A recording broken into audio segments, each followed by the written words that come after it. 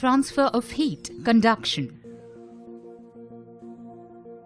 Objectives: to see the different modes of heat transfer, definition of conduction of heat, to understand how conduction occurs. We receive heat from the sun. A vessel kept on a burner gets heated on the top, even though the flame is at the bottom of the vessel. Now, if we pour some water into this vessel,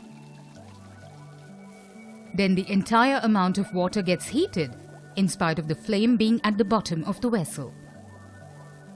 In all the three instances, heat is getting transferred from one point to the other point. But how does this heat transfer occur?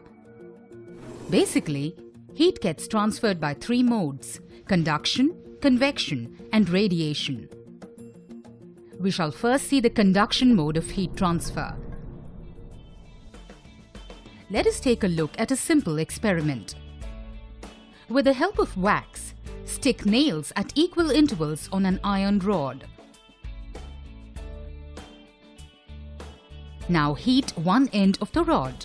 You can find that within some time, the nail nearest to the heated end falls off. After some time, the nail next to it falls off. In this order, all the nails fall off the rod with time. Why does this happen? The iron rod is made up of atoms which are constantly in close contact with each other.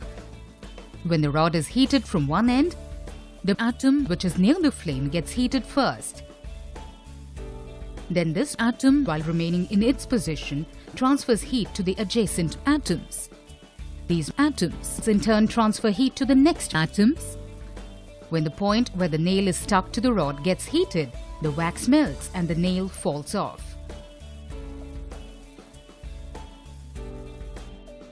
As the heat continues to get transferred through the rod, the nails fall off. In this way, heat gets transferred through the rod. This type of heat transfer is called conduction.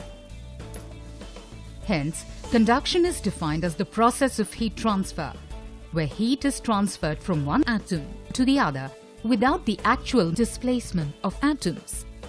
Conduction occurs mostly in solids like metals. Let us perform another simple activity. Take a test tube filled with water.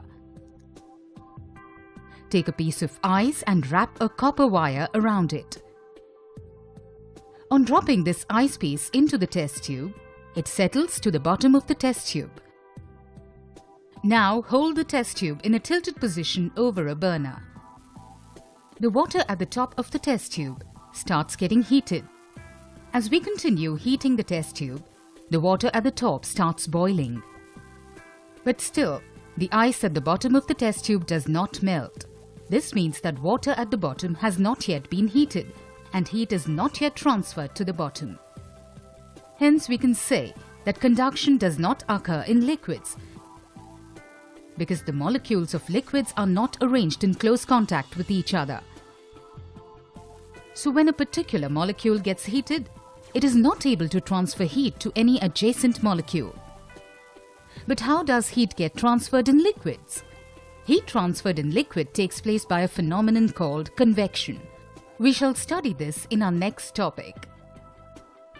Summary: conduction is the process of heat transfer where heat is transferred from one atom to the other without the actual displacement of atoms. Conduction occurs only in solids.